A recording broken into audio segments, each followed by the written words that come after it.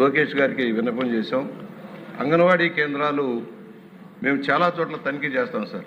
ఇక్కడున్న మన సహచర శాసనసభ్యులు కూడా విజ్ఞప్తి చేస్తున్నాం. అక్కడికి వెళ్ళినప్పుడు తప్పనిసరిగా ఒకసారి ఆకస్మిక తనిఖీలు చేయమని కోరుతా ఉన్నాం సార్. ఎందుకు అనేక లోపాలు బయటపడతా ఉన్నాయి.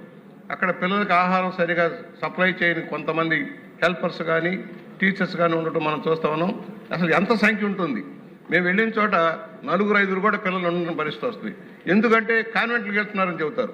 మనం సరైన సదుపాయాలు కల్పించినప్పుడు ఎందుకు ప్రైవేట్కి వెళ్తున్నారు, ఎందుకు భారీగా ఖర్చు పెడుతున్నారని ఆలోచన చేయాల్సిన అవసరం ఉంది. ఒకటి ఇన్ఫ్రాస్ట్రక్చర్. ఏదైతే ప్రైవేటు భవనాల్లో ఉన్న చోట టాయిలెట్లు లేవు సార్, మంచినీరు లేవు సార్, చిన్న చిన్న కుక్కిన గదుల్లో పెడతా ఉన్నారు సార్. దానివల్ల పిల్లలు అక్కడ ఉండటంలా ప్రైవేట్కి పోయే పరిస్థితి వస్తూ ఉంది. దయచేసి భారీ కార్యక్రమం ఇది. కొన్ని వేల మందికి ఉపాధి కూడా వచ్చింది, హెల్పర్స్గా టీచర్స్గా. వాళ్ళు సక్రమంగా చేస్తున్నారా లేదా? మనం కూడా స్థానిక సంస్థల నిధులు అన్ని ప్రభుత్వం ఒకేసారి కట్టలేకపోవచ్చు, కానీ మన బాధ్యత కూడా ఇక్కడున్న నాయకులు అందరం ఉన్నాం కనుక మన నిధుల్లో కొంత కేటాయింపు చేసి కానీ మంచినీరు కానీ ఇవ్వాలి.